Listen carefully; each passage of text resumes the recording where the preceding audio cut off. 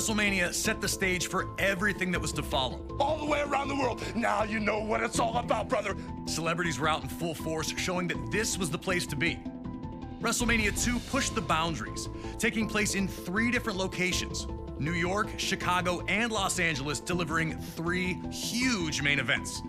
But it would be WrestleMania 3 in 1987 that truly displayed WrestleMania's full potential.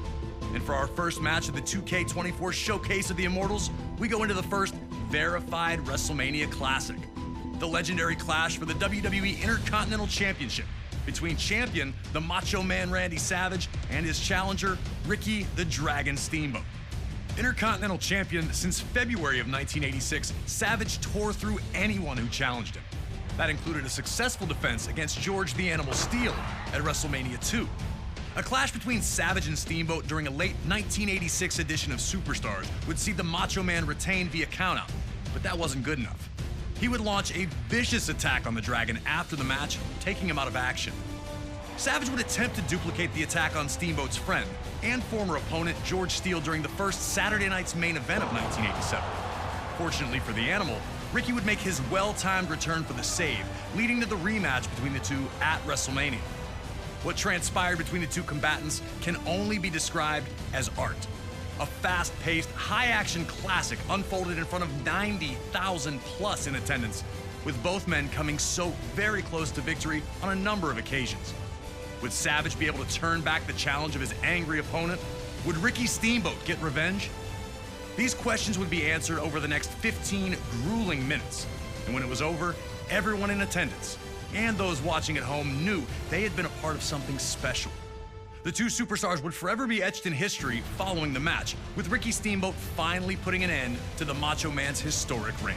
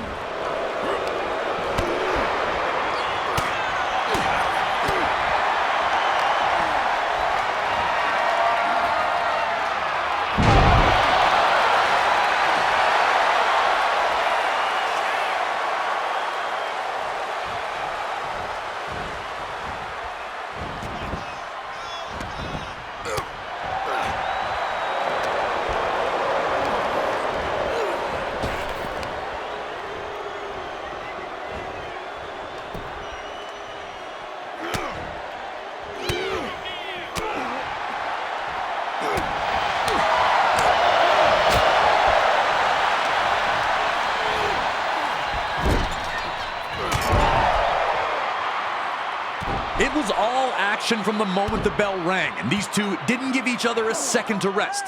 Ricky Steamboat fighting to avenge a career-jeopardizing attack months earlier by not only defeating Savage in the ring, but also ending his reign as Intercontinental Champion.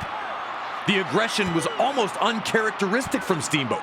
Was Steamboat too angry, and would that lead him to making a costly mistake?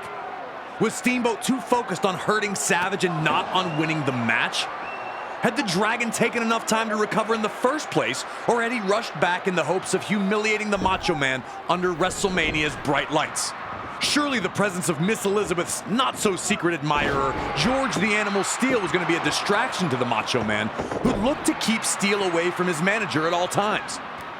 Could Savage shut all that out and lock in on his challenger? Despite the external factors, these two appeared to be firing on all cylinders once they settled in. There was a real sense that this match could be, and was going to be, something special. The fans were captivated by the constant back-and-forth battle, with no one really able to maintain any type of control in the early portion of the match. The Macho Man appeared almost thankful to get a moment to himself after dumping Steamboat back to the floor, letting you know that Savage understood he was in a fight unlike any other he'd been in before. Things were only getting started.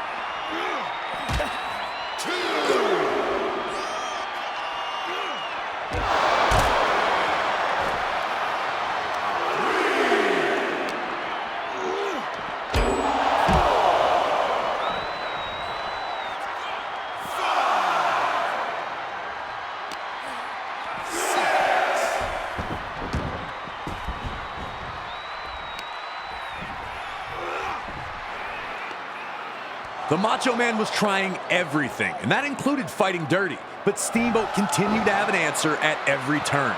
Steamboat's counter wrestling had smothered Savage's offense, and the building frustration was obvious on the face of the Macho Man.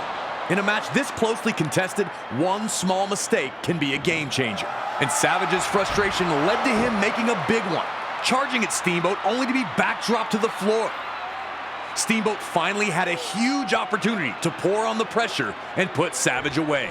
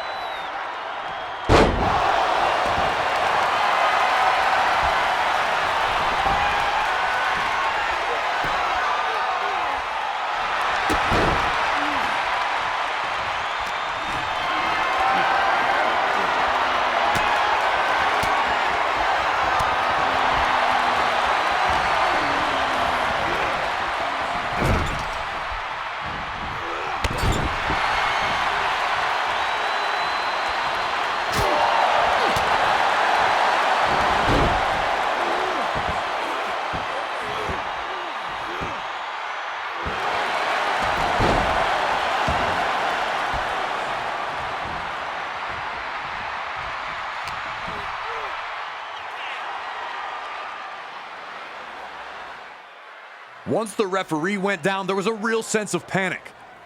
Savage quickly hits his flying elbow, but obviously there was no official to count.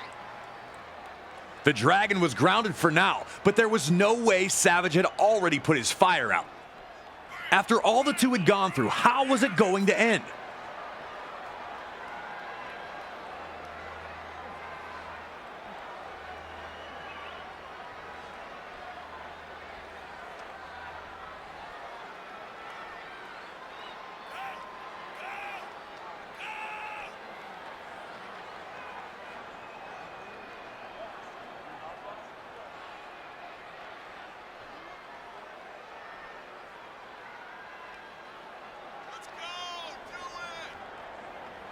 Looking to take advantage of the situation, the Macho Man looked to use the ring bell on the fallen Dragon, only to be intercepted by George the Animal Steel.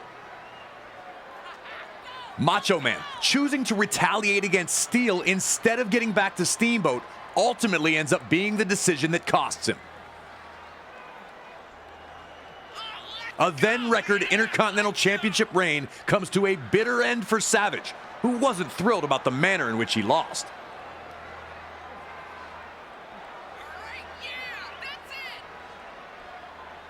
And Steamboat's counter wrestling remains the key to this match, once again getting him out of trouble and earning him the victory. Hard to feel bad about a guy who tried to use the ring bell twice. This match, over 35 years later, is still a certified classic. The athleticism is incredible. Intercontinental Champion, Ricky the Dragon Steamboat.